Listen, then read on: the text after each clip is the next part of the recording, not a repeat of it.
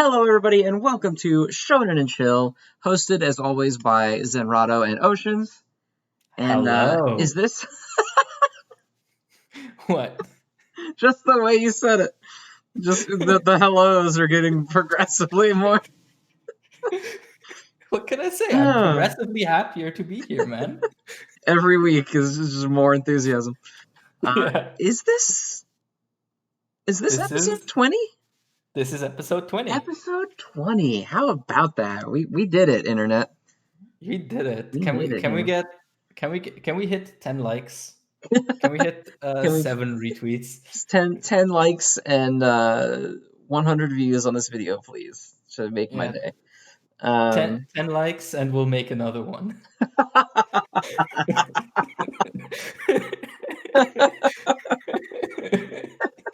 Okay, all right.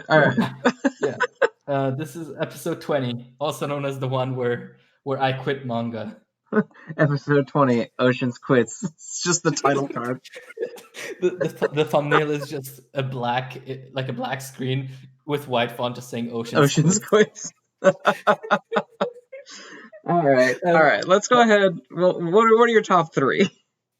My top 3 were, number 1 was actually surprisingly My Hero Academia. Oh, Number 2 was Jujutsu Kaisen, and number 3 was Mashle. So okay. kind of surprising, but we'll get to that. What about you, my guy? So my number 1 is Jujutsu Kaisen. My number 2 was Mashle, and my number 3 was Dr. Stone. So we don't talk about it, so I'll keep the section on Dr. Stone short. But it was pretty damn good this week. I saw some people reacting pretty strongly to it this week. Yes, it was. I still am of the thought that everything that happened is going to be undone, but we'll talk about that when we get there. All right. Well, then let's do the runners up. The unfortunate didn't make it. Yeah. And the very back of my list is Phantom Seer. Good. It was good. I really like it. It didn't hit quite as hard for me as last week, just because last week was tropey for me in like the best ways. Like, but just hit on the tropes that I love. But this week was really cool. I loved the reveal of like the merging power, the trance mode. That shit was cool. I like that the person they've been fighting has actually been a doll all along, and the actual like shaman was inside the doll.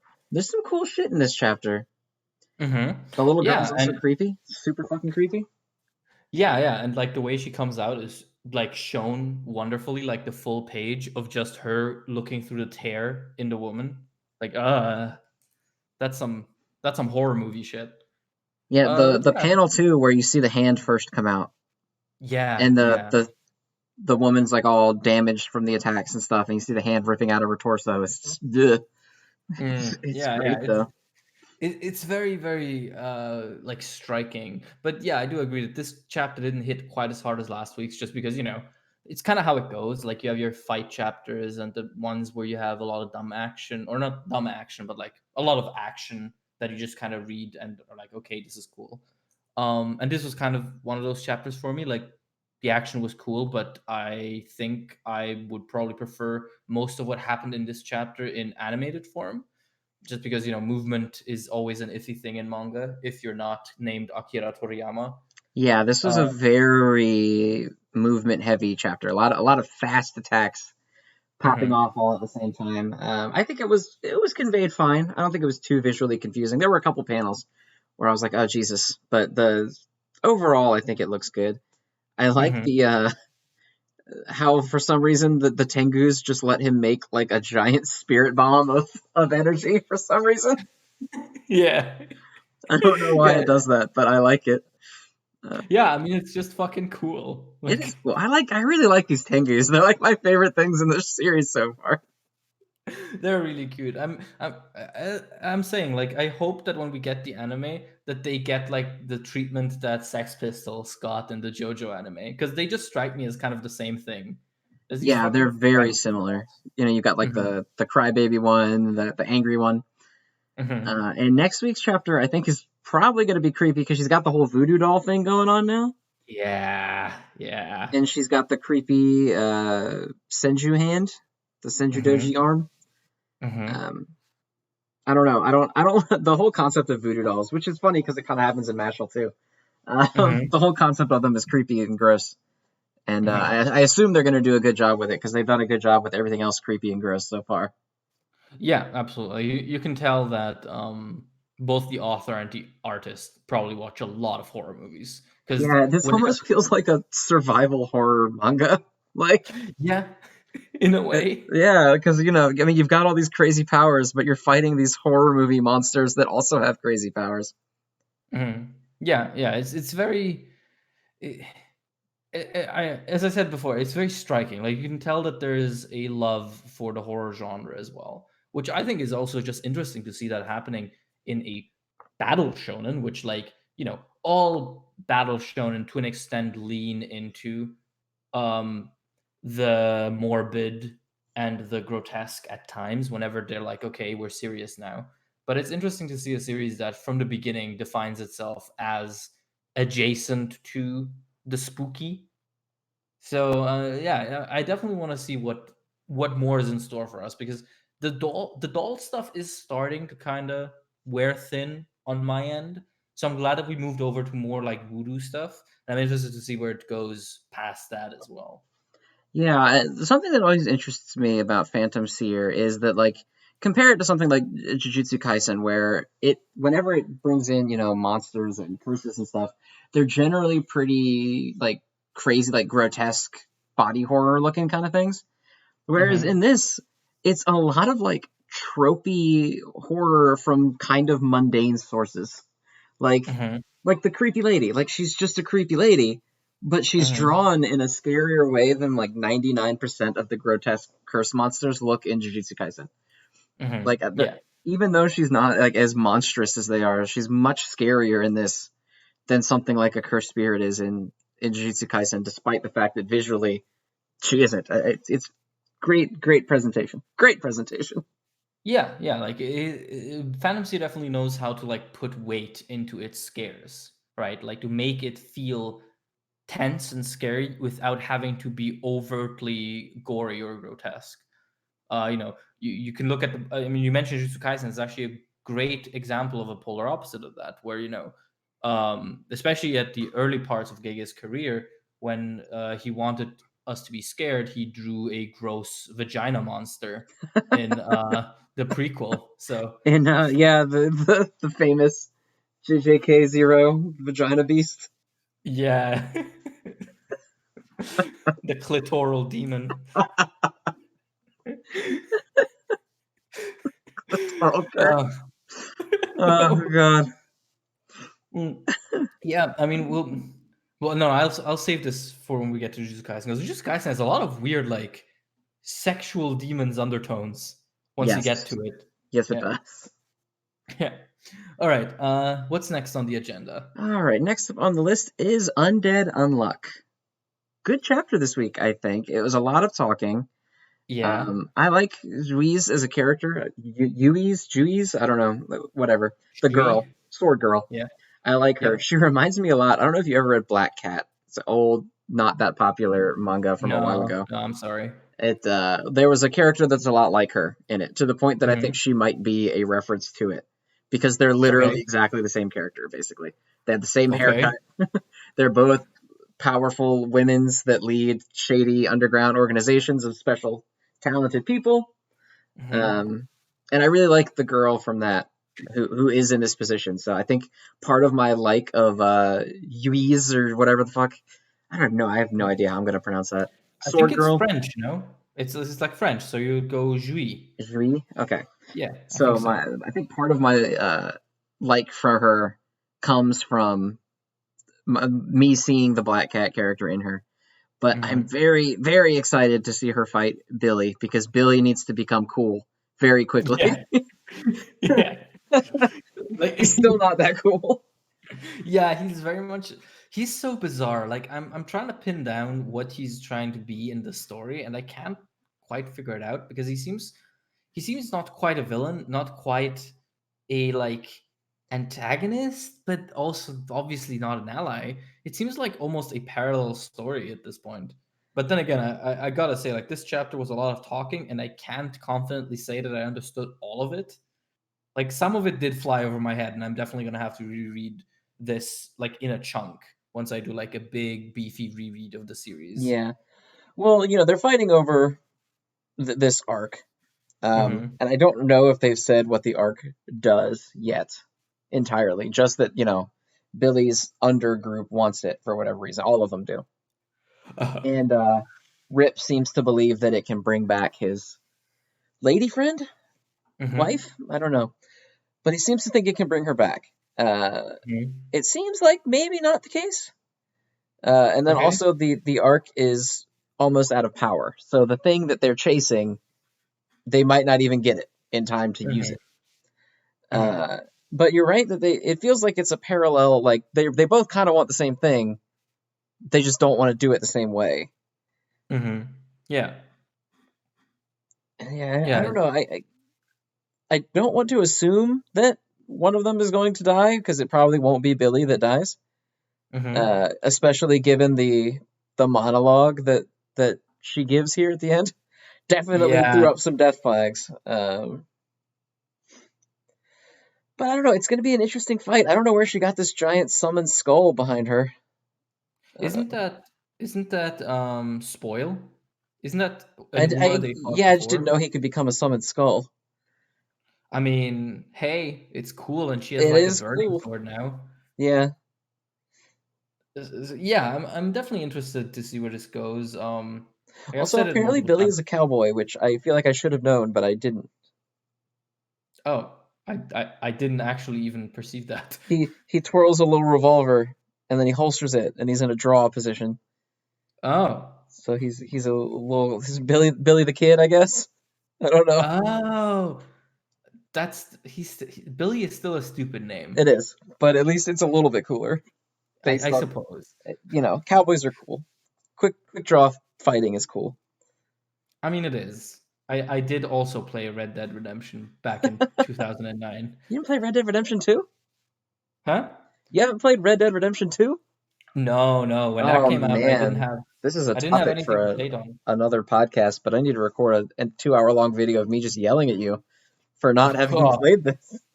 oh, so you like it? Oh, what a good game, man. Great game. Oh, nice. Okay. Well, maybe I'll Great give it a try. game.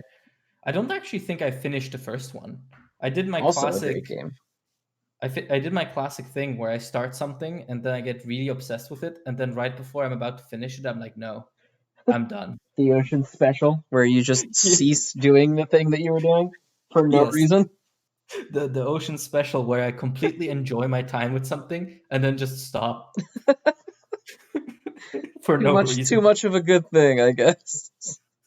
Yeah, yeah. I All mean, right. Well, that's not a good segue, but it is a segue into the next one, which is uh-huh. Witch Watch. Yeah, that was a chapter. Yeah, it was cute. It was Yeah, cute. it was all right. I can't say I was as into it as I was with the last couple of chapters. Like this one out of the four that are out, yeah, it's four. Was the one that felt like the most like filler or like the most like nonsense that I'm kind of not super invested in. Like it was very much just school shenanigans. Oh, let me show you my magic, which like is sweet for a couple of pages, but not for a full chapter. I'm gonna say. Yeah, it was Um, just kind of cuteness, the chapter. Sweetness. I yeah. do like the running joke that there's like weird perverts asking him for Uh-huh. her power. It's like asking for weird things, like Uh-huh. switching their eyeballs around and stuff. Yeah, that is cool. And I will say I did like the little tie into the ogre boys story at the end. I felt that was very cute. Yeah, where Like that. he couldn't make friends because he was too crazy. But now Mhm. everyone just thinks he's cool. Yeah, when he was a kid, he was like ostracized because he had super strength, and now everyone's like, "Oh my god, you can lift a car. That's the coolest shit ever." Yep. And yeah, his final word on it was, "Yep, they're literally just going with this. They just think it's cool." Wow, you can throw a car? Who are you, Yuji Itadori from hit manga Jujutsu Kaisen? from from smash hit manga Jujutsu Kaisen. Oh my god, are you Itadori Yuji from Sorcery Fight? I can't believe that in some countries they went with the translation and it's just called Sorcery Fight. That's so lame. It is one of the lamest names for one of the coolest manga out there, but it is kind of funny. Yeah, I mean, I always Like, think that. when I hear sorcery fight, I always think of like, when you would go to the Dollar Tree or something, and they Mhm. had like knockoff versions of like Spider Guy. That's just like a Yeah. shitty painted Spider-Man toy being repackaged Uh-huh. and resold. That's Mhm. sorcery fight. Well, always remember, Kimetsu no Yaiba was almost called Demonic Blades of Demonic Demon Destruction. Well, So I'm glad we figured that one out. yeah, they figured out that wait, we can just call it Demon Slayer. I wanted to be a fly on the wall for that one editor who was like, "We're not doing this. We're not calling it this." How about we do this, but except we don't do it stupidly? Yeah, we'll name it, but it's going to be a good name instead. Yeah, yeah. I mean, translating titles is always such a finicky thing in the industry. Like, for example, I'm so weirded out by the fact that the Kimetsu no Yaiba movie is not called Infinity Train; it's called Mugen Train in English. Even though Yeah, Mugen is just the word for infinity, that seems so bizarre to me. I don't know. Maybe Like, it's to avoid the Twitter backlash. I don't know. I don't I know why mean, you I wouldn't guess, just call it Infinity Train. yeah, exactly. Like it kind of makes, because it's not even like that Mugen is a name or anything. Like it doesn't mean No, anything it's beyond like infinity. Beerus's freaking Hakai thing. It's just a Oh word. yeah. Did the dub for Super actually translate it, or did they leave it as Hakai? They I left don't it remember. as Hakai, I believe.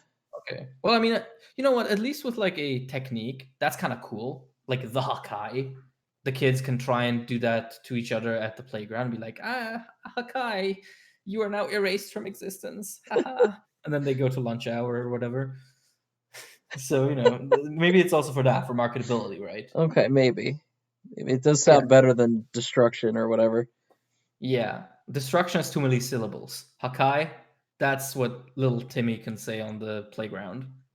But Got then you then got to again, keep your audience in mind. We all know that Dragon yeah. Ball fans can't read, so they can't say big words. Hey, I mean, little Reginald managed to say Kamehameha back in the fucking 60s or whenever Dragon Ball was big. 1939, Yeah. right on the cusp of World War II. That's when Dragon Ball got big. Yes, of course. I feel like such an asshole whenever I do this, but I must say, especially when I see people talk about Dragon Ball specifically or Z as like, oh, these new shows will never live up to it. I'm like, okay, you're like 42. Yeah, you got Like, to be like, yeah, that's too old. You're too old if you think that. Like, mm, yeah, like if you think nothing good has come out since Dragon Ball, you have not watched anything since Dragon Ball. Like, and yeah, I mean, I like Dragon Ball quite a bit, but it is mhm. not like the gold standard. Yeah, I mean, it's like super influential, and that is to be respected. And I think anyone who has an interest in manga and anime should at one point check it out, just to kind of see, you know, a very seminal point in the history of the medium. But I also think saying that literally no good series have come out since Dragon Ball is really fucking stupid. Yeah, there has been no series on its level since 1920, the Roaring Twenties, Yeah, when Dragon exactly. Ball was swing dancing its way across the charts.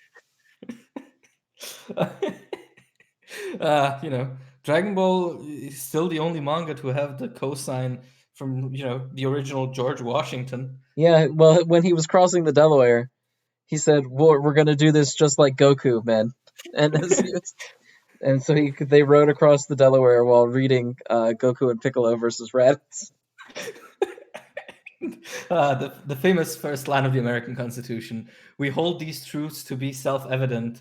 Goku can absolutely beat Beerus. Shut the fuck up."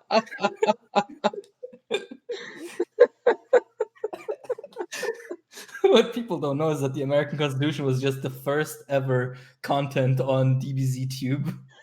It was the original power scaling content. Could the American people beat Goku?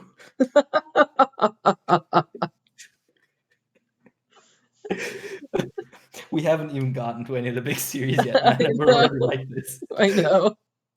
All Oh right, yeah. Okay. let's slide To the folks onward. to the folks at home, though, I guess I should explain. I sound echoey. I'm very sorry. I moved. I had to build a table the other day. It's the closest I've ever gotten to crying over a piece of furniture. So please excuse me. Yeah, Like I am in an empty room. the Also, man fuck IKEA. the man's struggling with his furniture, so he's got a little wall echo, but it's all right. Bro, if I ever have to build a fucking Nordviken again, I am actually going to Sweden for some fucking hands. These Oh, fucking these fucking sardine ass people could catch them. But anyway, yeah. Sardines. Anyway, what's next on the agenda? All right. Next up is the Elusive Samurai. Pretty good. I liked it. I don't know that I liked this chapter as much as I liked the promise that interesting shit's gonna happen soon, Mm-hmm. which is a good thing because interesting shit has been few and far between up to this point. I like the premise though that he's got to like stay undercover with this guy who wants to kill him and then Mm-hmm. secretly learn his techniques and stuff. I like the premise. This chapter was okay. It was so. I still think it's Yeah. cool the way he draws the creepy people, like the Mm-hmm. gross, nasty way that he draws all the bad people. But Yeah. Yeah. it was still just a lot of like, here's what you're gonna do for in the future. Mm-hmm. Yeah. Eventually, you're gonna do some cool shit. It does very much suffer from that. But I will say, I like how much mileage the author gets out of just the thing of, oh, this creepy guy has really good eyes. Like he gets so much like creepy imagery out of just that simple idea, and I think that that's really cool. And as you mentioned, I think I really like the premise. I think that could be really interesting because it's just not your typical training arc. It's more like, aha, I am secretive about this. I need to make sure that he doesn't figure out who I am. He doesn't see me, but I still have to like observe and understand his techniques. Which like that's cool. That is a nice like roundabout way of doing a training arc. And it keeps like in it keeps to the theme of, the elusive samurai, the man who escapes and isn't seen, who becomes a leader from the shadows. Like that's pretty cool. But yeah, it's still very much hey, stuff's gonna be real cool real soon. Tune in next week. Yeah, tune in next time for Dragon Ball Z when their Frieza's gonna die this time. We promise. It's Well, got a lot of shades of that, but the premise is extremely cool. mhm, I like the idea of it a lot because, like you said, is you can't really frame your series around a kid who doesn't want to fight and then be like, it's a standard battle shonen. Like you just can't do it, you know. So the mhm, way that they're going about it with him having to like secretly learn kind of like a more passive combat technique, like archery is not usually your main character's technique, you know.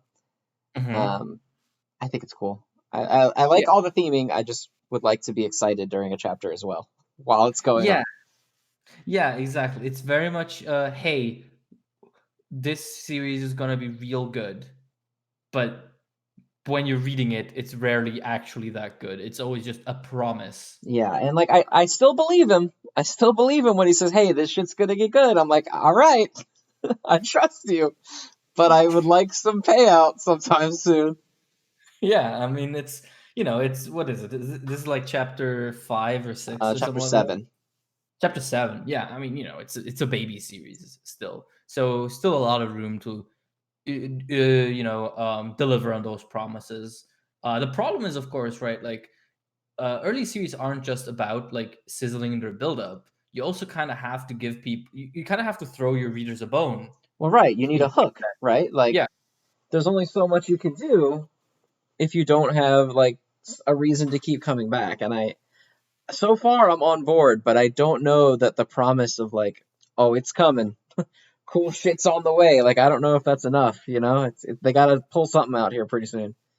yeah, exactly. Because like keeping your readers interested, even in the more low key parts of your story is already a core tenet of writing traditional novels, where all the chapters are there when you buy the book and you just read them in one go, and it counts doubly for a series like this where we have to wait 7 days between chapters. Like, you need to give us the idea that every time we read a chapter, we actually like progressed in one way or another. We learned something new. And kind of all of that we've been learning about the Elusive Samurai for the last like 3 weeks is just, hey, by the way, very soon this shit's gonna pop off. I promise you. We're Yeah, like, it's been a okay. lot of that. A lot of like, hey man, it's coming.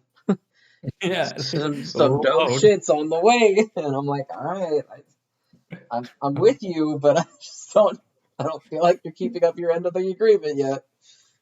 It kind of feels like the series is treating us like the kid is being treated by the priest.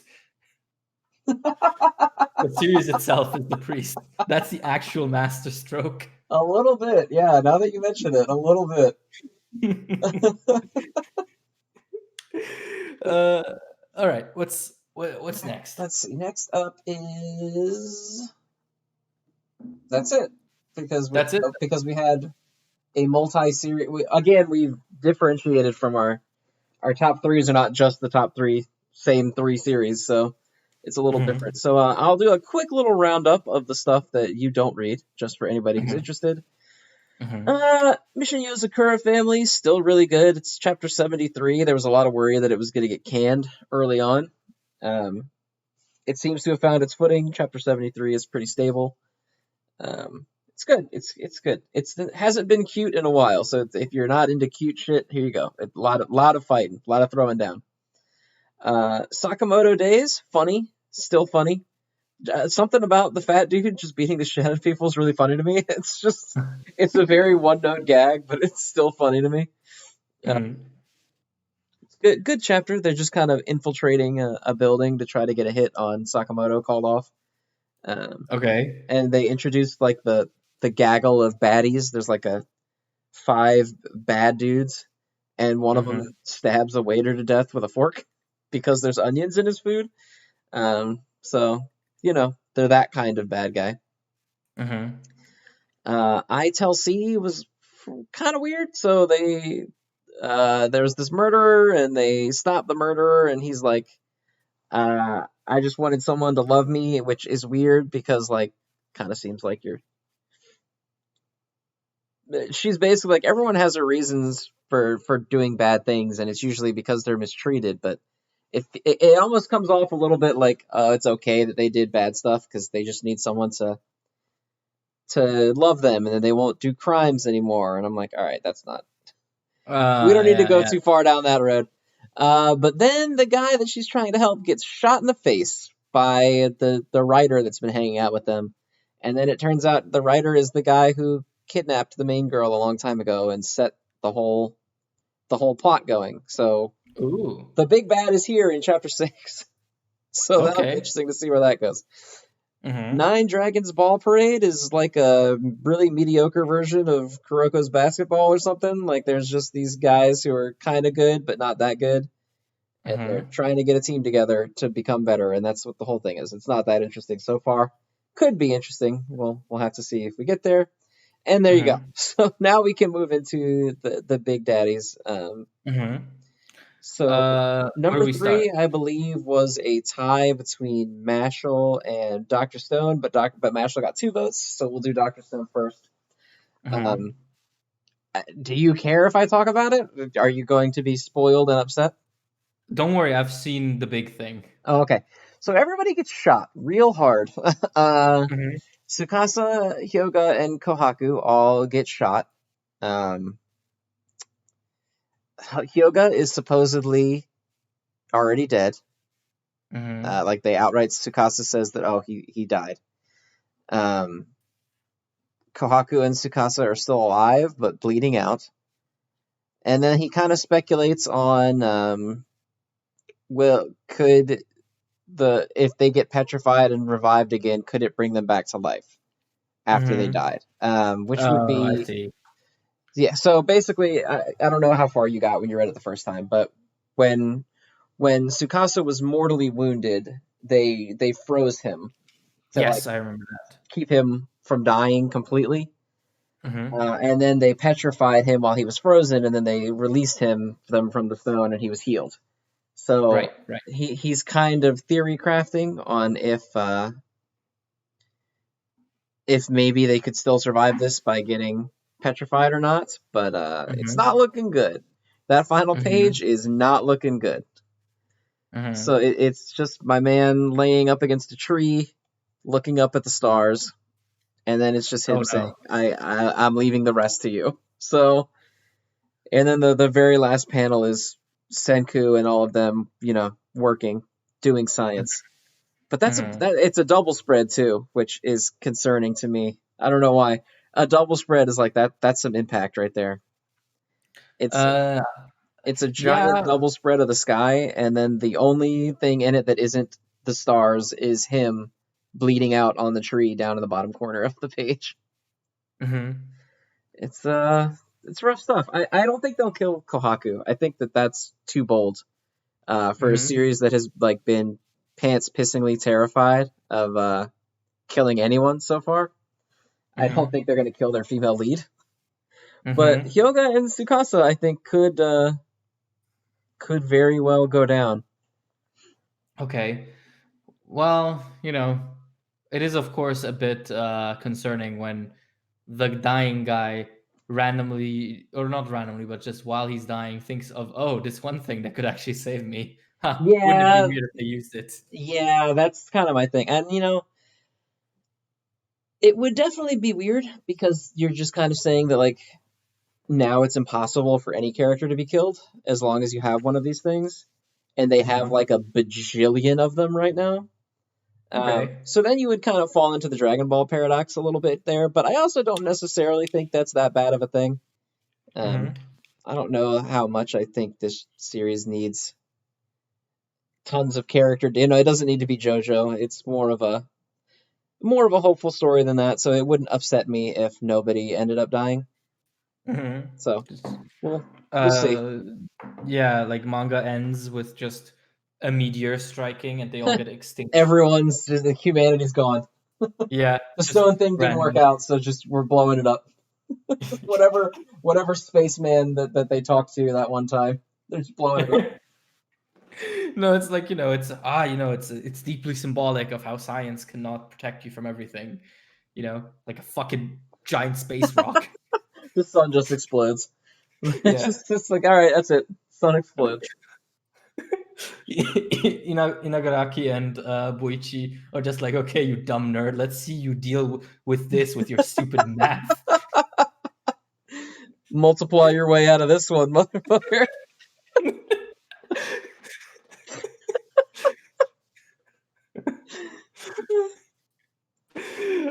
Be there, be square.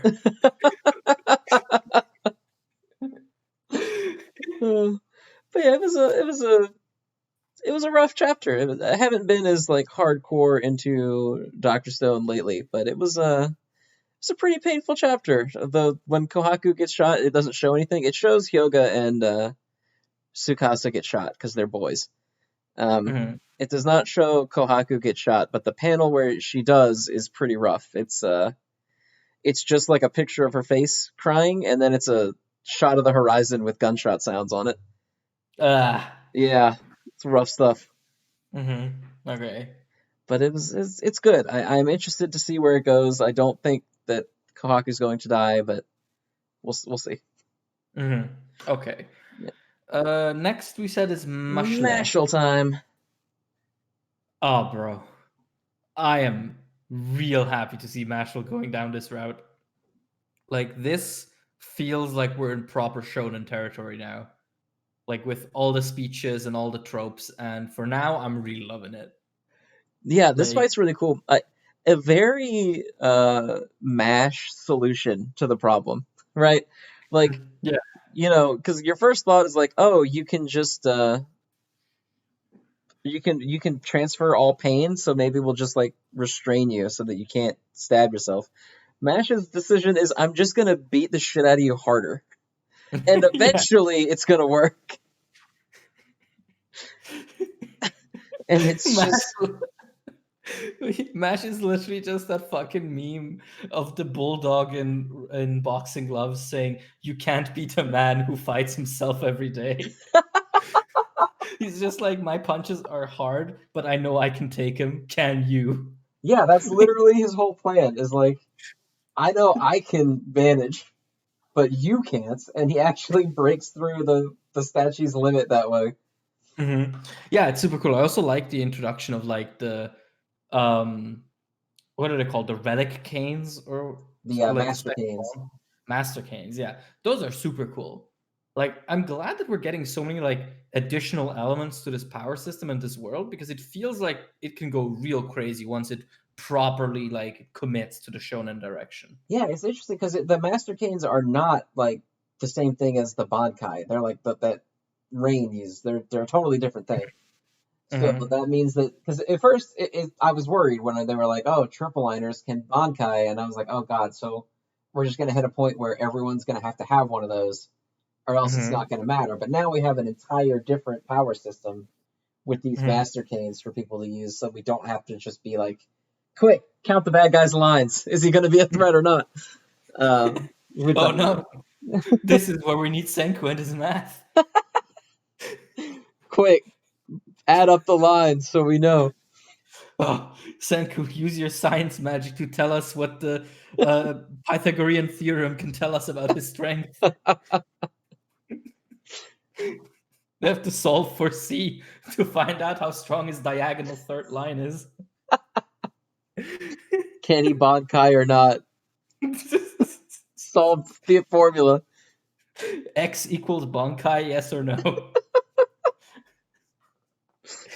uh, but yeah, like I'm definitely interested in how far we go with this because I also think it's really cool how the Master Canes are not a like they're not a completely positive thing because clearly this kid is completely messed up because he hasn't felt pain ever in his life because the Master Cane just chose him. I was like, okay, passively active pain removal. Here you go. And he's like, what? I'm just a baby. Goo goo gaga. What's happening? And so like it really is cool to see that we already have these sort of drawbacks. It kind of reminds me of like good power systems in general. It kind of reminds me of quirks in a way, or like mutations from like the X-Men comics when they're like actually detrimental to you. Yeah, where So they're not guaranteed to be good. They're just mhm. something. Yeah.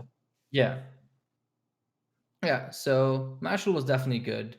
One of my Very favorite fight things in heavy. this chapter is that he's Uh-huh. got the dramatic beatdown scene and he like punches through him and he goes to give his big speech and then he gives the speech as the shitty low res version of himself. Yeah, It's just the fucking shitty sketch version of himself. the Uh fu- the fucking One Punch Man webcomic guy. yeah, it's just it's so funny to me every time they use that. And they Yeah, literally used it for the victory speech.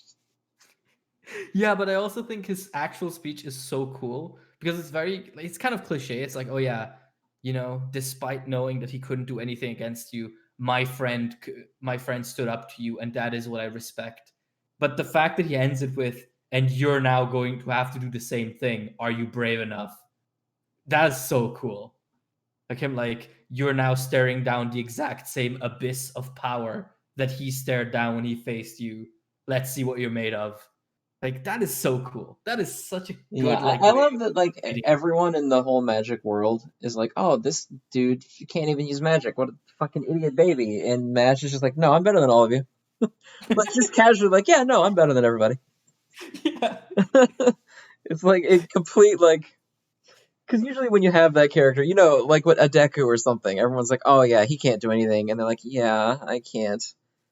I Mm-hmm. have depression or whatever. Mash is like, oh yeah, no, I'm gonna fuck everybody up. I Yeah. don't care. I'm My gonna punch the shit out of you. my bicep can literally expand at the force of 17 megatons. Like the fuck you got? Fucking sticks and fireworks. Get out of here. Oh, that's great. Mashl's so good. We need an Mashle's anime good. ASAP. Yeah, apparently it's doing real well. Like apparently it's the next one in line after Chainsaw Man to like start getting the sale rise, because the backlog's apparently been really crazy. I saw Excellent. that literally today, so I'm really happy for that. Yeah. Absolutely deserves it. Hmm. Also, speaking of needs an anime ASAP, we don't talk about this one because it's not a weekly magazine release, but Spy Family just Hmm. got confirmed for an anime apparently. Hmm. Yeah. Yeah. Although, I've seen that around. It seems to be just one account that said this, so it'll remain to be seen how true it is. But obviously, it would make sense. That shit's been killing it Yeah, it's and been selling. sales. That and Kaiju number 8 have both been just blowing up as well. Hmm. I mean, Kaiju number 8 at this point is a foregone conclusion because it got the, let's say, honorary prize of the Shonen Jump polls of manga that you would like to see an anime for in Japan, are the numbers that matter, right?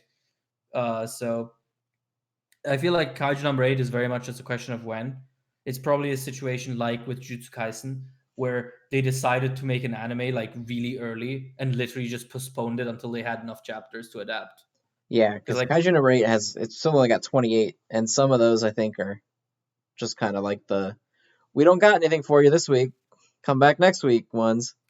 yeah, but I mean, these things are sometimes decided super early. Like the anime for Jujutsu Kaisen was decided to be done, like as in like set in stone, around the time where the chapter released where Gojo teaches Yuji about cursed energy.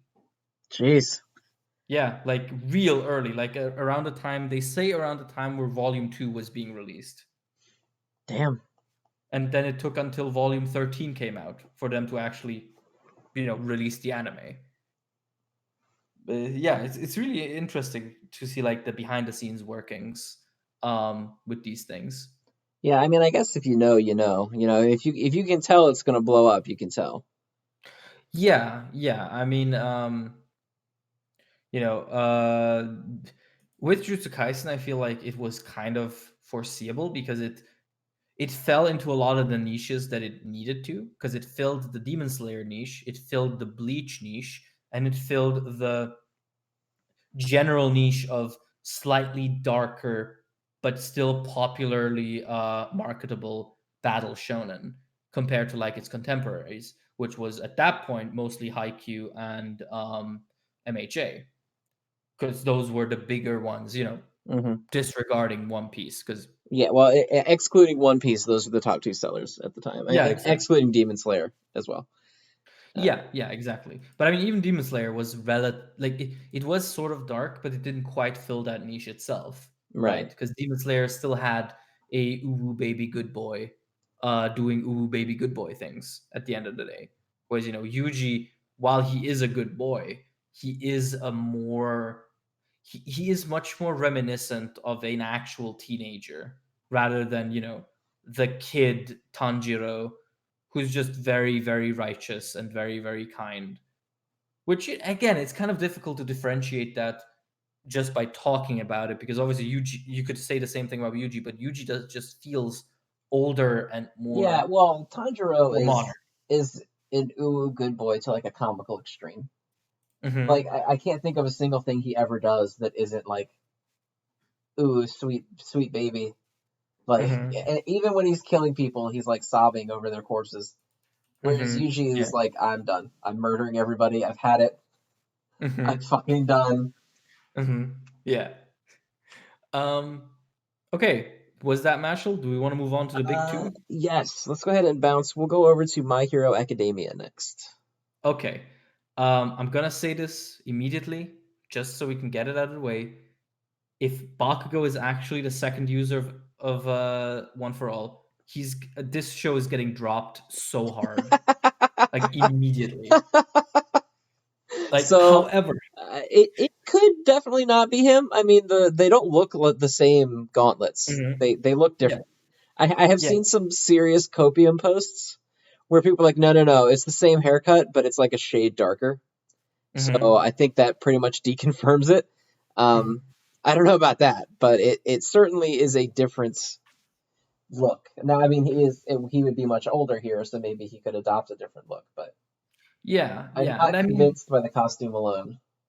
yeah, I mean, you know, When I first saw it, I was like, "Oh no, oh no, it's happening." But honestly, the more I think about it and the more I look at it, I gotta say, it does not feel like this is where the story is headed. Um, so unless like my intuition is completely wrong, I would actually venture to say that it's probably not Bakugo. This feels because this feels so overt, with flirting with the idea of, haha, isn't it funny if Bakugo would be the second user? Like it feels so aware of fan responses that I almost can't believe it that this would Yeah, then actually be a it's like tongue conversation. in cheek, like, hey, he kind of looks like Bakugo. Yeah, So I'm gonna it's make up some bullshit reason why he has to be staring at this wall. And then mhm. he'll turn around later and it just won't be Bakugo. And they'll just go on like nothing happened. Yeah, yeah, because like the thing is, this reminds me a lot of when Aoyama stands out of Deku's window menacingly, and the like chapter text says, "Next chapter, he makes his move," which was when who is the traitor at UA theories were hot, and it feels very much like this. It feels like this is the setup to a fake out. Um, so we'll have to see about that. Um, I've seen some more compelling elaborations on how Bakugo being the second user would actually like work for the themes of the story, but Nope. I didn't bother reading them Nope. because I still think it's bad. I don't care how good and compelling it is, it's wrong. Just the level of dumb that shit would be is just irreconcilable. Yeah, like I definitely don't want that to happen. But what I did do, and this is something that I found out today. Did you know that the Spanish Manga Plus app has higher quality scans than the English one? Like I did notably not higher know quality? that. Yeah. So I used that for the first time. And first of all, the difference is staggering. Like English whiz, get your shit together. Um, and B, looking at the higher quality scans, and this is massive amounts of copium, by the way. But looking at the higher quality scans, that Bakugo or second user Bakugo fella does look kind of different. Like in the English scans, it does kind of blend together, but you see that he has like a massive chin thing at the lower part of his face that you barely see from one of the angles. I don't know if it's a beard or if it's just like a big scar or something. And you do see that his hair definitely is a different shade. What that means, I can't say, but it definitely is intentionally shaded differently. Like almost as if it weren't yellow, but rather like carrot orange almost. Because Bakugo, So of the course, second user is Ichigo. basically. Uh, I mean, I would take that before I take Bakugo. I would too. Yeah, yeah. Because that's the thing. Like Bakugo's hair is piss yellow, so to have that shaded differently is interesting. But this is too little to construct anything out of. I just Yeah, this fucking this hope it's is not. this is a little bit of copium, but it's okay. I mean, look, man. Like I've been invested in this for fucking 4 years, almost 5 years. I've been making YouTube videos about this for 3 years. I You gotta let me have this, man. Like I can't. I'm not gonna be able to deal with this if I have to drop it. If I have to drop everything, Look, her bro. whole What identity down the toilet. what am I gonna tell the children when they're not gonna have any dinner anymore? Like I just moved out, man. What am I gonna say to my family? Like I YouTube for a living, and then I can't bring home the bread because I'm sorry, guys. Horikoshi fumbled this week. Horikoshi dropped the bag so hard that you dropped your own bag. Okay, I come home to my girlfriend and she's like longingly awaiting me to bring home food, and I come home empty-handed, and she's like, "What happened?" I'm like, "Horikoshi disaster class." You baby, what happened? And you just go, it was Bakugo, and you just break down on the floor. Like dingy one-room apartment, like lights The flickering. one light, the one overhead light that's flickering on and off because you can't Yeah. pay the electric bill because Bakugo was the second user. I have like my face in my hands. I have like bills piling up. I look over, and there's just like a framed, shattered picture of Bakugo on the wall that I threw my whiskey glass at. Your girlfriend's like, honey, please just make another video. And you open up the new chapter of My Hero, and it's just like Bakugo's time travel adventure. And you're just like, I can't.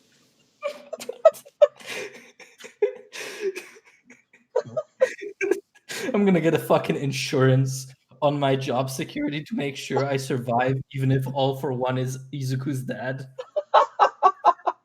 I have the dad for one insurance. The end of this arc is going to be just Izuku never wakes up from his coma. He just dies. And then Aerith's like, I'm mastered by quirk. I can send people back in time. Oh god. And it's just going to be My Hero Academia Days of Future Past.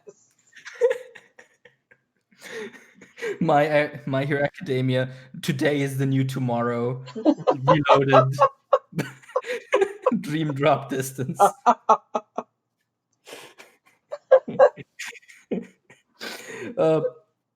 We had our first guest at the new apartment today, and instead of doing something normal like talking about politics or some shit, we just fucking tried listing all the Kingdom Hearts games and making a timeline out of it.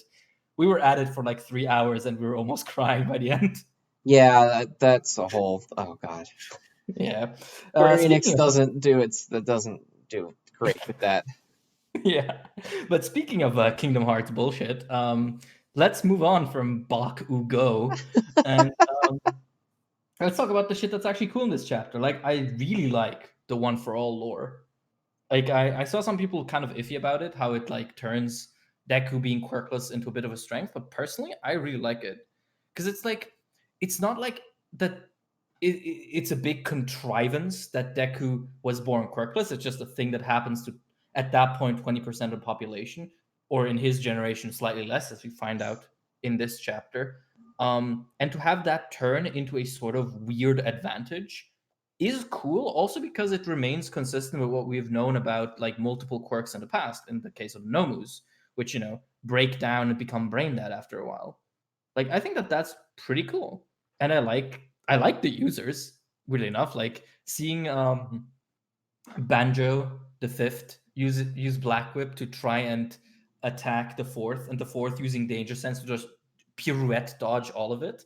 Like, that's really cool. It gives them a lot of more character than I expected. So yeah, on one hand, I like the idea that, like, you know, the thing that was going to stop him from being a hero at all is actually the reason he can become the greatest one. Like, on one hand, I like that. On the other hand, I'm like, I don't know. It's weird. I like the concept of it, but at the same time, something about the execution feels weird right now.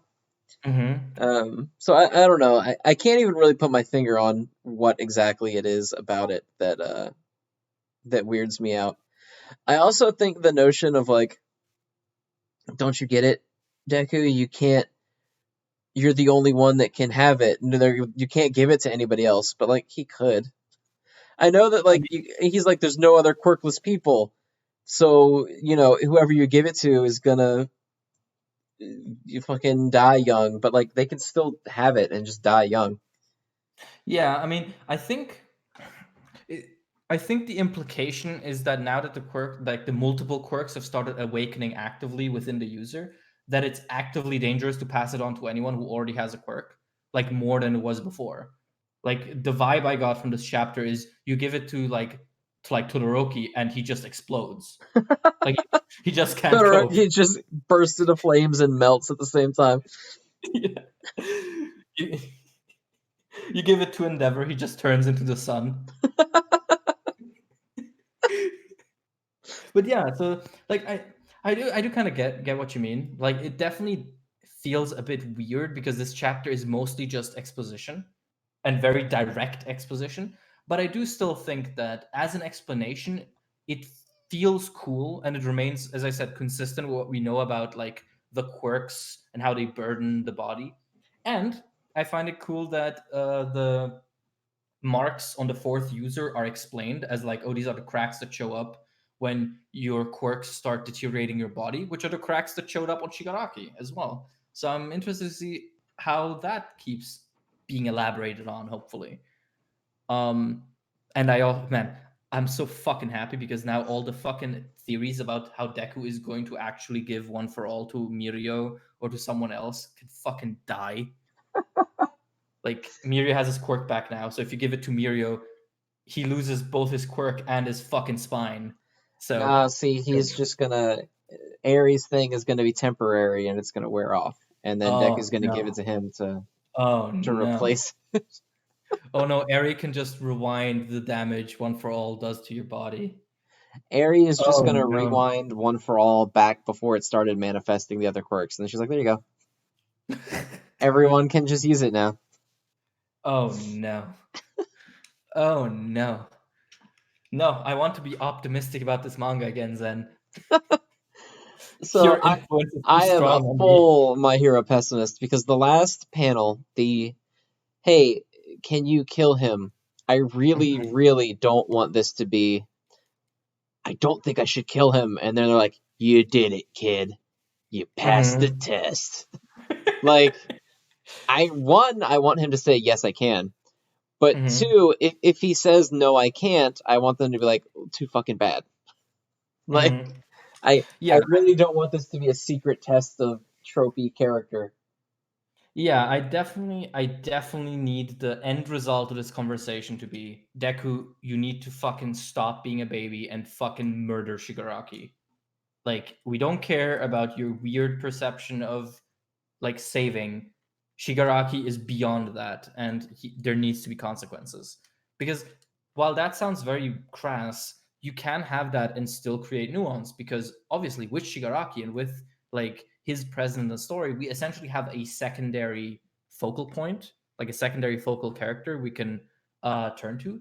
And so the nuance is given through seeing Shigaraki's perspective. We don't need Deku to be made to empathize with him to the point where he wants to save him. So what I definitely want to see is that Deku's. I can imagine that Deku's going to be like, "Oh no, I should save him," but I want the end result of the discussion to be, "No, you fucking can't." Like, this is a fight that is much bigger than your desire to just save people. Heroism isn't as easy as just bringing old ladies across the streets. You need to get your hands dirty, whether you like that or not. This is what you wanted. This is what it means to be a hero. So yeah, I really hope that that is the conclusion of this conversation, and then that we get a sort of a bittersweet tinge to it with Shigaraki as we explore more about, just how unstable and hurt he really is, and how very little of what he's done is realistically, like, causally his fault, but at the same time he still did it, and he is the danger, and he must go down. So yeah, I definitely agree. I don't want this to just be, okay, kid, we're gonna test your justiceness. Yeah, are you Batman enough for this, kid? Are you gonna take no lives because that's what heroes do? Nah, Look, kid. be like, kid, this dude's fucking crazy. You need to punch your fist right through his chest, Dio style. Put him down. They're like, look, you can't kill him. You just need to break his spine. You can't kill him. You just need to cripple him for the rest of his life. It's a very fine line, and you need to walk it. Yeah, look, you need to bathe in his blood, but if you kill him, that's off limits. You need to beat him until he can't breathe, but he has to survive. That's how heroes do it. Deku sees one person on like his way to work that's like rolling a blunt, and he swoops down and fucking 80% smashes him into thin paste, but doesn't kill him. He's still And he's alive like, somehow. don't do drugs, kids, and flies off. Doesn't even call the ambulance. All the people nearby are just like, oh my god.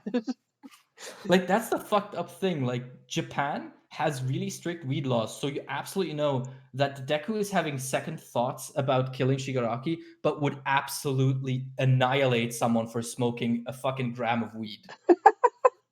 He busts some dude selling like paprika in a bag, and he's like, no, you're going down. He's like, but sir, it's only oregano. Oh yeah? Well, you're gonna be Oregon. Oregon smash.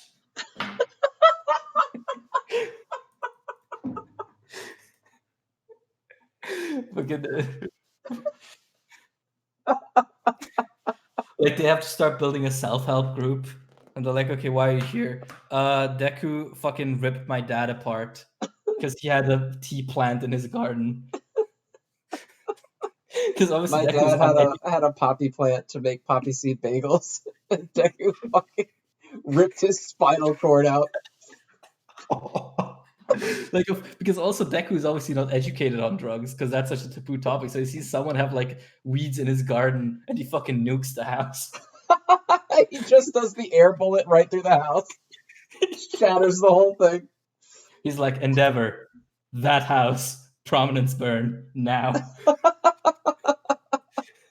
And then you get the plot twist that Endeavor is actually really like pro legalization. He's like, dude, it's really fucked up how you can get into jail for like just smoking recreational marijuana, but you don't like face almost any charges if you're like a pervert. And Deku's like, I don't care.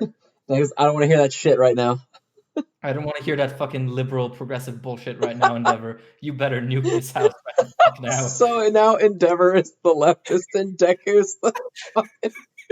Well, Deku wants to kill Shigaraki, and Shigaraki is the leftist king. Deku's got a Louder with Crowder style web show where he's like, you know, do we really need Shigaraki going around burning our cities down in the name of equality?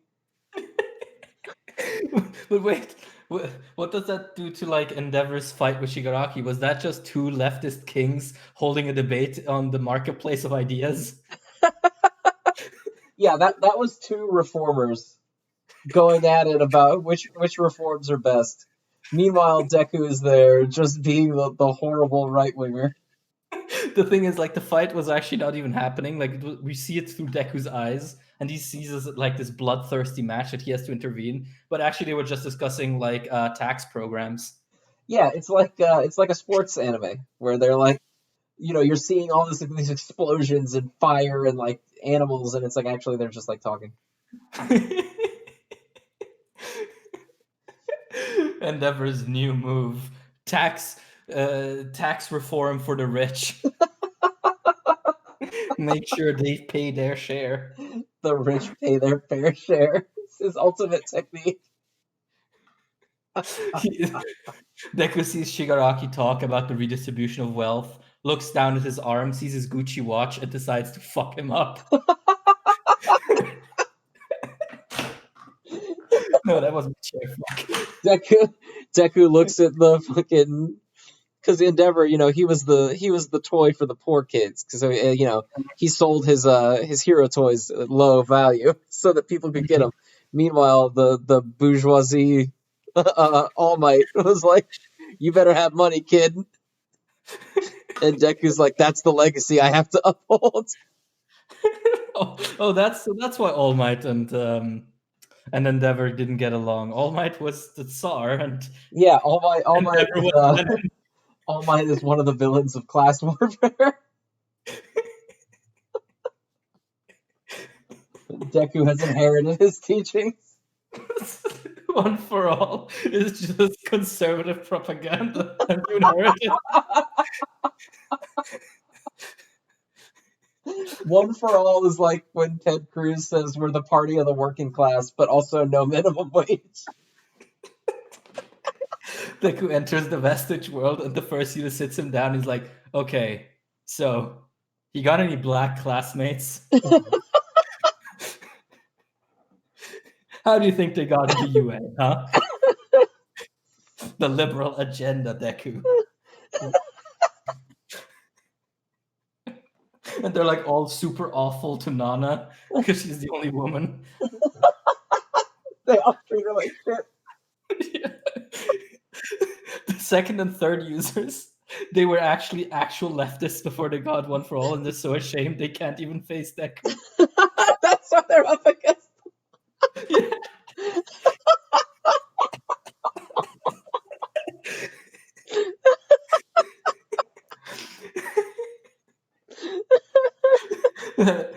Like the second user is actually Bakugo, who had to go back in time to make sure the polling results were correct, but he failed. He went back in time to make sure the election was rigged.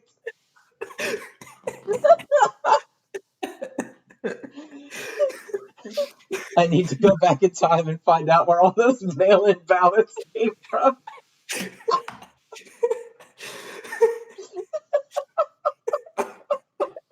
The third user just turns around and Deku's like, I've seen you before. Alex Jones?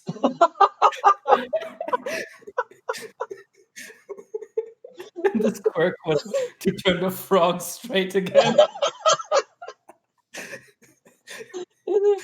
Deku's like talking with the original user, and then he's like, "All right, so I don't understand. I don't understand what you mean." And they're like, "All right, let me bring in someone who can help you." And then he turns around, and you just hear, "All right, so let's just say, okay, that that your quirk could be passed on to other people. Okay, let's just say." Oh my god! The fifth user is Ben Shapiro. Like honestly, we've never actually seen All for One's full face, and they just need him to be like a Ben Shapiro lookalike.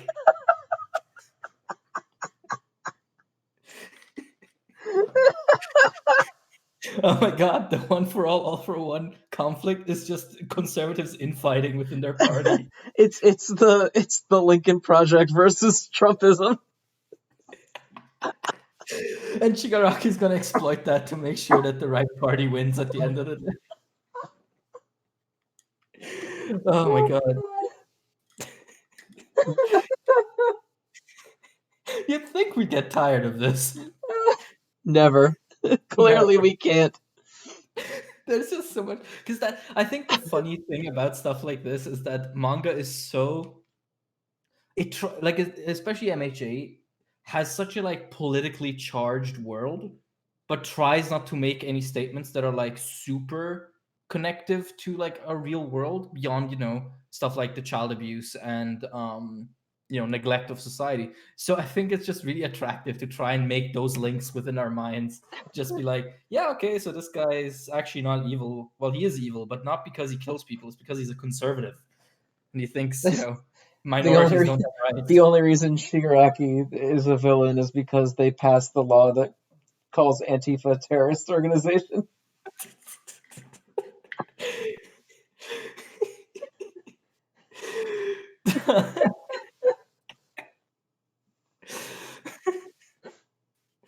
Endeavor faced enormous backlash in his younger years when he wanted to name one of his ultimate moves Blaze It, because Japan really does not like references to that.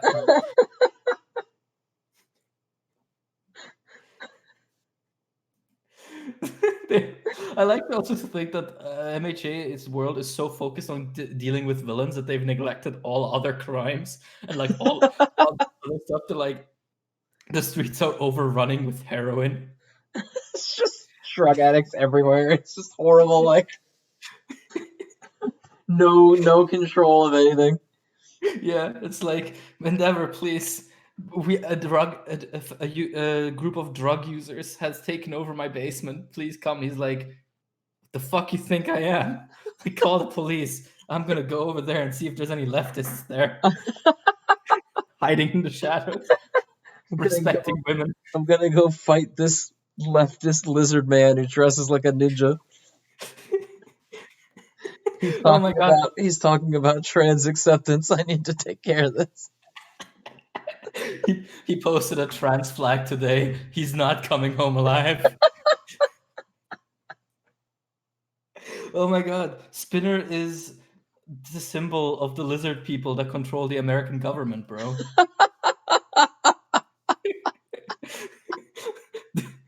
Do you know what Spinner's last name is? What? Obama.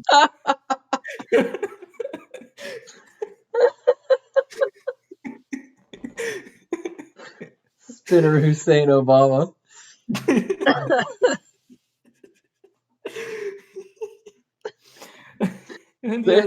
Endeavor has a web show where he's got someone dressed up like Spinner, and he's like, "Who are you really?" And then the Spinner lookalike turns around, and he's wearing a Hillary Clinton mask.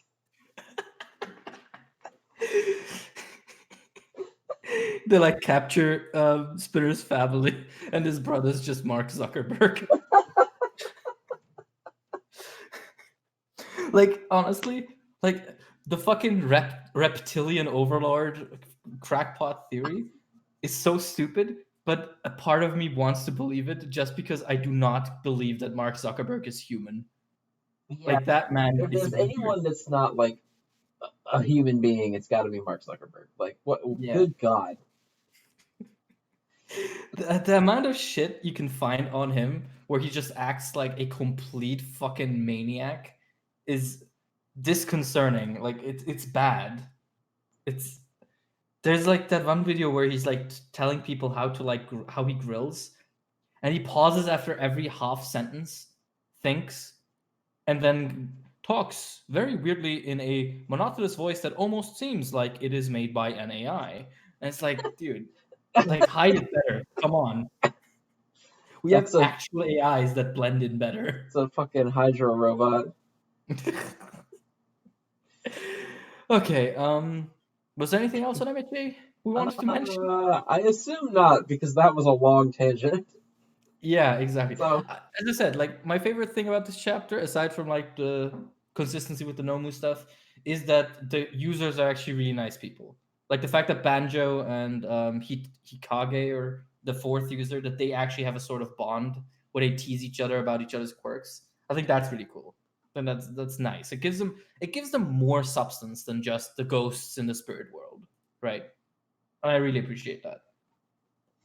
yeah, they're buddies, Hmm. which is nice. They're neat. All right. All Is right. it cheese time? Yeah, it's time. Let's go to Jujutsu Kaisen. I'm hurting, bro. You're hurting? I'm hurting. I just need some good news. Every time I'm like, it can't be as bad as I think it is, and then it is as bad as I think it is. Yeah. Yeah. I was like, don't worry, Yuta's gonna be the double agent, and then no, he's gonna No. stab Yuji in the heart. Yeah. That is interesting. Like, I really want to know what the fuck happened to Yuta, because he has Rika back, seemingly. Like, that is just straight What's up Rika. different? Slightly, but I mean, she's still coming out of the ink blob. Well, And I've heard a theory that I think it was on Twitter where someone said that it's a similar visual effect to when Geto uses cursed spirit manipulation. And that oh. what if he copied Geto's power because he copied Toge's, and then that's how he's able to manifest her again. Hmm. Even though her actual spirit is gone, the curse is something he's still able to manifest. Maybe I don't know. Rika, Hmm. there is a Rika though. All the theories that it wasn't real are gone. Hmm. Yeah, like it's something going to be interesting trying to figure out what happened to Yuta, and like what this power is and what his attitude is like. But it's also interesting to see that Yuji is growing still within this fight, like using the knife as a cursed object, failing but still trying, and like trying to like understand how to get around Yuta's katana and whatnot. Like that's just cool. Like this chapter felt super short, but it was filled with a lot of cool like combat stuff. Um, even with Naoya and Choso, and now we know Naoya just straight up uses Naobito's technique, which is a bit of a disappointment because I kind of wanted a new technique to be introduced, but I mean it's fine. They are father and son, Yeah. so. Plus, now Vito has a pretty cool technique, so it would suck if it was just like, yeah, he's gonna have it in this one fight, and then you're Mhm, never gonna see it again. I do like the concept of that technique, so it's cool to see it getting used more. mhm. Yeah, yeah. I mean, I suppose that is good. Um, but yeah, like this was very much just a combat chapter with a lot of interesting implications. I just need more information. I just need more information about everything. Also, like when Sukuna like reacts to being stabbed and then laughs, the immediate next panel shows that like highway tunnel that some people have connected to the highway tunnel Megumi is in the first opening of the anime, and we know that opening was co-created by Akutami now. So Maybe, but to uh, me that just looks like a scene change to where Choso and now Vito are. Yeah, that's what I thought initially, but after that was pointed out to me, it's not impossible It's not because impossible. I mean, I can't think of too many people that would show up that Sukuna would be like, "Hey," about. It's like Megami or Ume maybe. Other than that, like who would he be excited to see? It's just Gojo. Gojo's just out. Gojo's out. Oh yeah, actually, so we finally know what the six eyes do. Yes, we Thanks got to the data the book. full confirmation in the data book. Um, Yep. So it sees cursed energy, it sees cursed techniques fully, and gives complete precise control over cursed energy. That's basically the gist, right? yeah, so like he sees cursed energy on such a fine level that he can basically like read everything through it. So like that's why he Mhm. can see when he has the blindfold on, is he can still feel like the cursed energy of everything around him to navigate Yeah. just fine. Yeah, yeah. Which, to an extent is what all fan books or like fan translation and wikis were speculating for years. But here's the difference. Now we have it from the horse's mouth. And now we can actually talk about it properly. Before that, that was just a bunch of sweaty teenagers theorizing. So, it's important to keep that in mind with these things. Just Yeah, because you were right doesn't mean that, doesn't mean. it's a confirmation does not retroactively like obviously it was that the whole time or whatever. Yeah, I know what you're saying. Yeah, exactly. But yeah, so now that we know that, I do hope there's more to that because that is kind of like okay. It is a little underwhelming. Yeah, Yeah. I'm hoping that there's a little bit more to them because Hmm. otherwise they're just like the Sharingan, Yeah. burst energy Sharingan. Although I do like the little detail that the fan book revealed that his sunglasses are not actually sunglasses. They're literally just completely matte black Yeah, glass. they're blackout shades. Yeah, because he needs to limit how much he sees because it could overwhelm his brain because of the sensory overload, which is cool because that is, of course, also part of why he has to keep reverse cursed energy running at all times so he can regenerate his brain because it gets fried by using limitless all the time. Yeah, I So mean it's how Toji beat him because he has to turn it on and off before he learns about reverse curse energy. yeah, exactly. So yeah, that's definitely a cool thing, and the fan book, had another couple of tidbits, but nothing that I remember immediately right now as like super exciting. Um, So yeah, like the chapter itself was fun. Like I'm liking the choreography. Gege is super strong with this. I like how they're just kind of sliding through and around and under and above cars and just chucking them Yeah, like fucking all the projectiles. flips and like the gymnastics and everything look incredible. All the fight choreography has been really good. Hmm. Yuji's the way he snaps Yuta's katana by stomping it into the stone and then kicking it. It's Hmm. fucking awesome. Yeah, it's just fun. It's just fun, fun, fun, fun, fun. It's also cool because we haven't really had a fight like this in this series for a minute.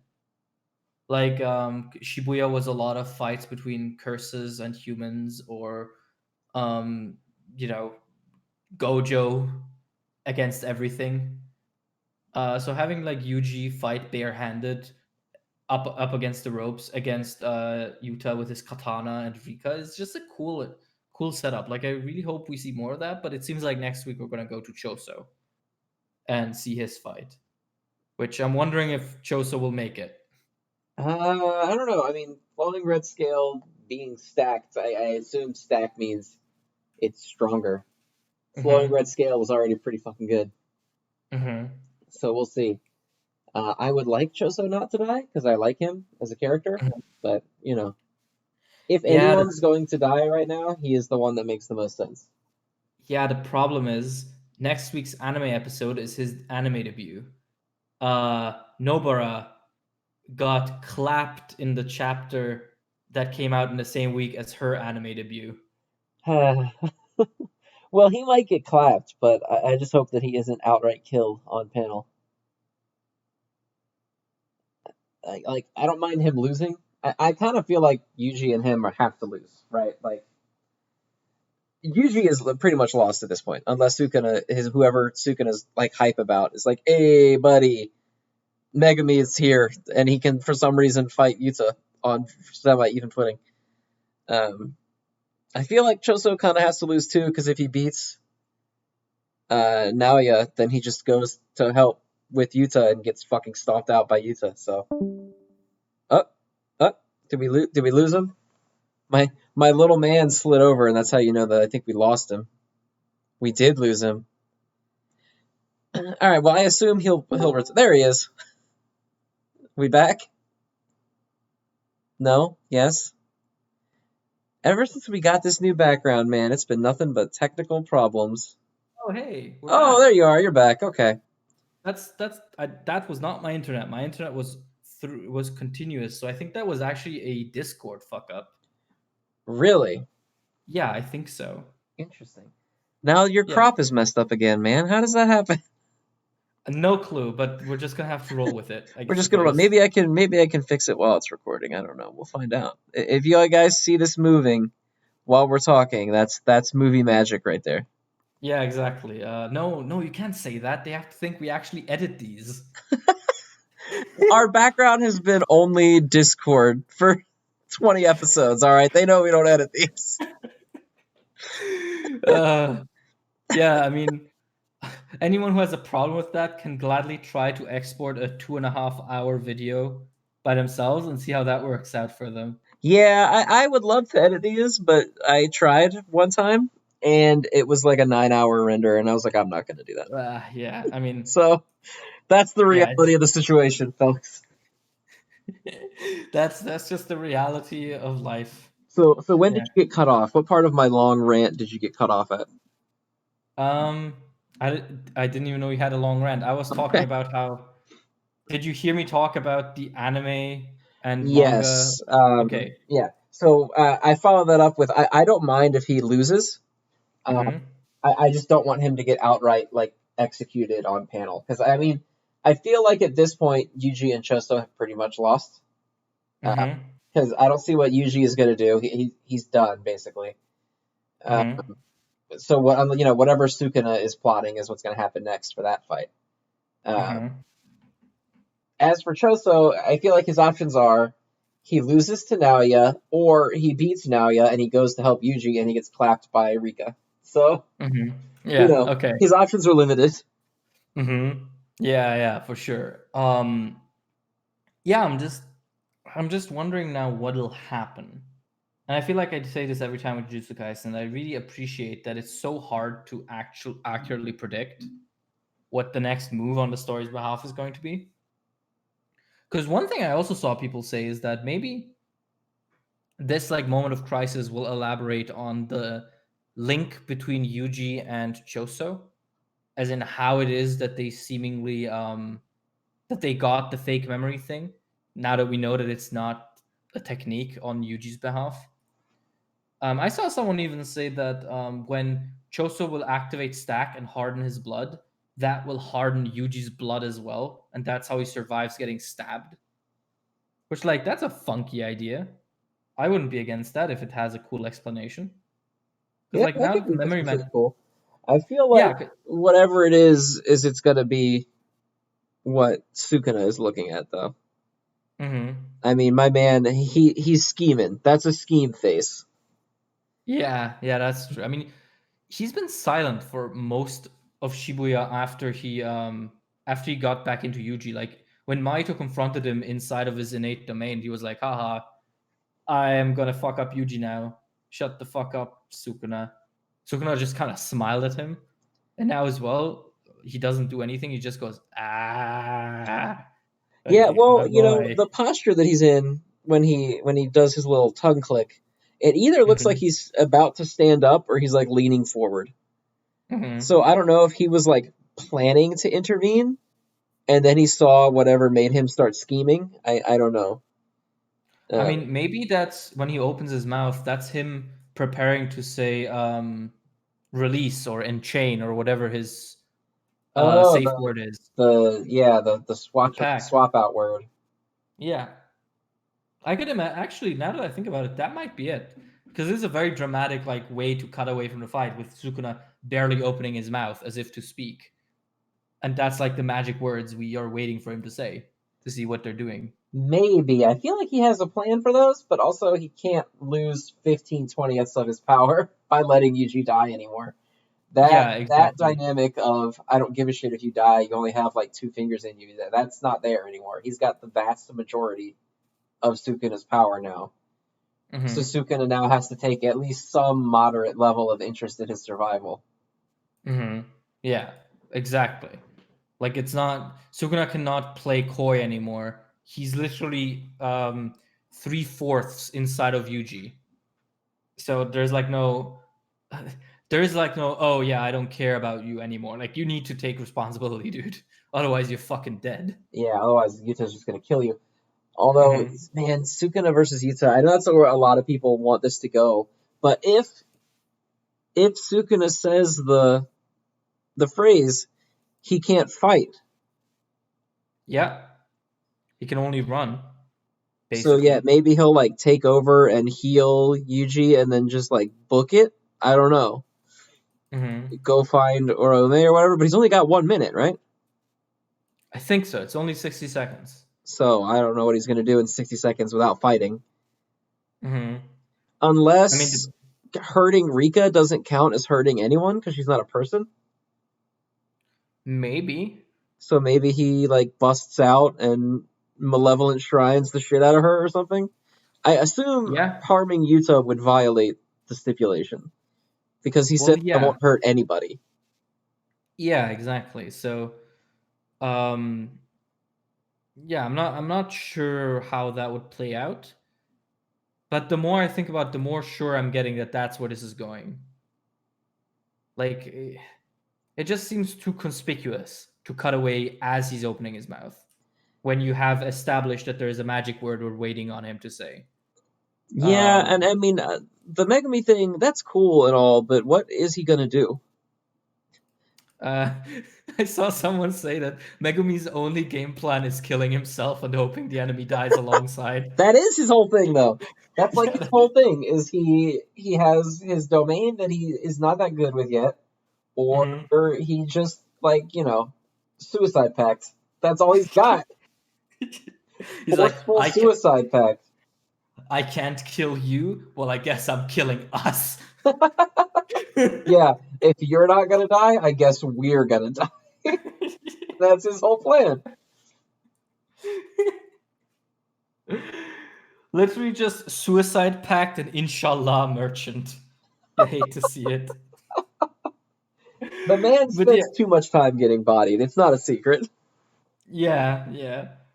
I mean, man, even here in Shibuya, it was literally just, oh yeah, I'm gonna summon the destroyer demon that will kill me and maybe hopefully you as well. Yeah, Bye.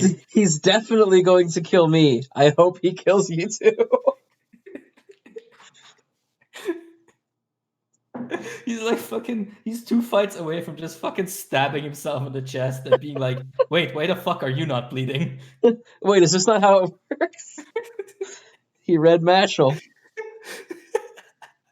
He gets bodied so hard, he doesn't have a concept that pain isn't shared. So he just hurts himself and he's like, wait a minute, why are you not doubling over? This hurts. Wow, that guy's really durable. I'm bleeding out over here. He's fine.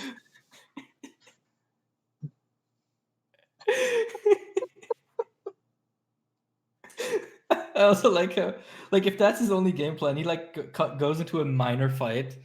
He like someone cuts in front of him at the line at the grocery store, and he's like, "Oh, I guess that's what we're doing today. Eighth gate, uh, General Mahoraga, exorcism." Just, just every minor inconvenience. He's like, well, I guess we'll both die. That's why Gojo had to keep an eye on him. Yeah, that's why after Yeah, a while, Gojo was like, you gotta stop doing that shit, bro. All right, it's getting out of hand. Megumi's like, "Oh, what is this? Are you talking back to me? Up, can't wait to kill myself."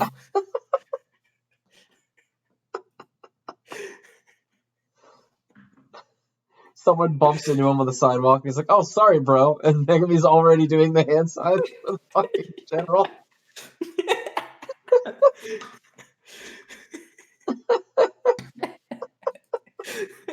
Like someone fucking like trips him accidentally. He's like, dude, sorry, bro, and is already like on his merry way. Meanwhile, Megumi is in a corner reciting like a 10-page exorcism, like rapid firing.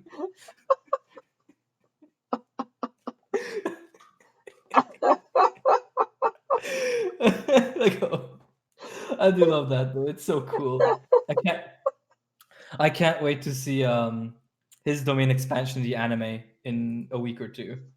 Oh, I That's gonna know. be I'm fucking gonna insane. try to churn a video out on that real quick before it comes out because his Mm. domain is actually dope, and I wish he used it for more than like, all right, we're both dead. Yeah, I mean, it's interesting because like it's interesting because Toji fucking killed himself when he saw him. He did. He was like, I don't want my son to kill himself fighting me, so I'll just.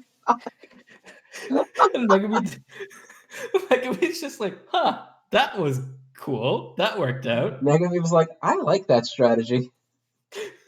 I'm adopting that from now on. So, like the ten shadows technique is such like a Pokemon thing in a way because you have to tame your animals and shit. Imagine that you make a Pokemon game based around like Megumi. It's like every time your Pokemon's black out, you're like, okay, I'm summoning a Groudon, and he's probably gonna kill me. Hopefully, he'll kill you too. Bye bye. Bye. Good luck. You pass out as you release it from the Pokeball. Episode 2 of the anime, Ash gets incinerated because he lost to a Caterpie. He's out of viable Pokemon, so he can only use like fucking self-destruct on himself. I wonder if Megami is stronger now. Cause is Maharaga gone? Cause when they get completely destroyed, they go away, right? Yeah, yeah. I don't think So he. so can he not call Suicide Man anymore? I don't think so, because that's the whole thing, right? If you battle a cursed spirit or a Shikigami as a Ten Shadow user, you have essentially three choices.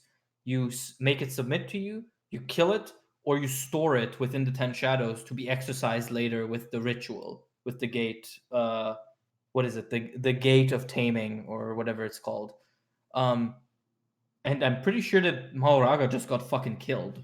Right, because Sukuna blew him up just like he did to the snake, right? Yeah, But exactly. shouldn't that mean that Maharaga's power is dispersed among the others? I don't know if that works because he hadn't tamed Mahoraga yet. He had only stored him, which I think the only downside to storing is that they don't be they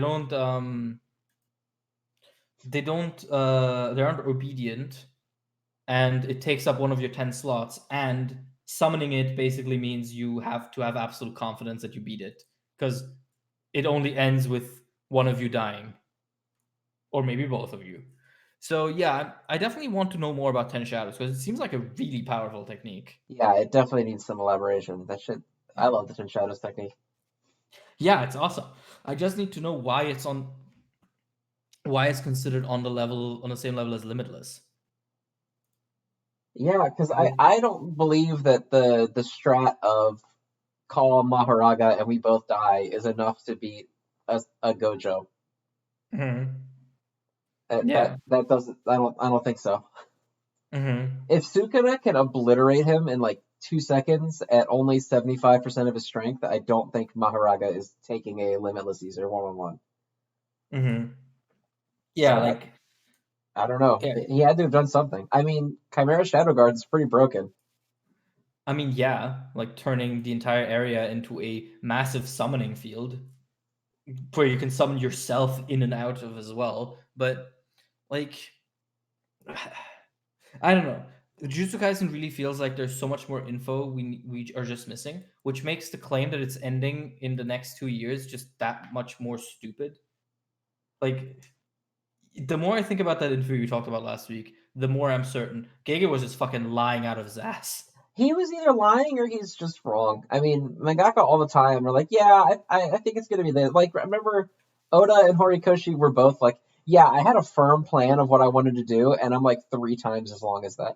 Now I've just been going. Like, maybe he thinks in his brain, oh, if my outline sticks, it'll end in 2 years. But that also requires him to not change his outline at all over the next 2 years. Yeah, I don't know. I don't think it's gonna happen. There's so Yeah. much. Yeah, it's definitely gonna be interesting.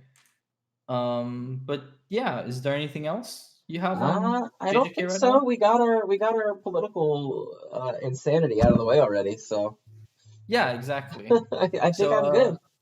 yeah, me too. I hope that next week I will sound a bit more like a human and less like a deity talking down from the clouds with my like 7 layers of echo. You're talking Um, out of the Deku's subconscious right now. yeah, I mean, honestly, as I said, like the only thing that I have here to like absorb sound is a bookshelf full of manga and like a big metal plate with Naruto on it. Like that's it. That's Oh not yeah. exactly the best soundproofing. Oh yeah. Believe it. Believe it. Yeah, it's super sick. I'd forgotten I had it. I found it again while I was looking through games to throw out, and I had Naruto Ultimate Ninja Storm 4, and I forgot that at least here it always came with like a sick disc plate that you can just kind of hang in your wall, That is which I pretty never cool. did. But yeah, now I have it here. He's watching over me as I slander Kishimoto. Even Naruto's like, yeah, go get him. Look at what he did to me. Look at my haircut. Naruto like reaches out of the page, grabs Kishimoto by the shoulder, and he's like, "I don't believe anymore. I So, don't believe it." he gets sucked back into the book, and a single tear just rolls down Kishimoto's face as he keeps scripting Boruto.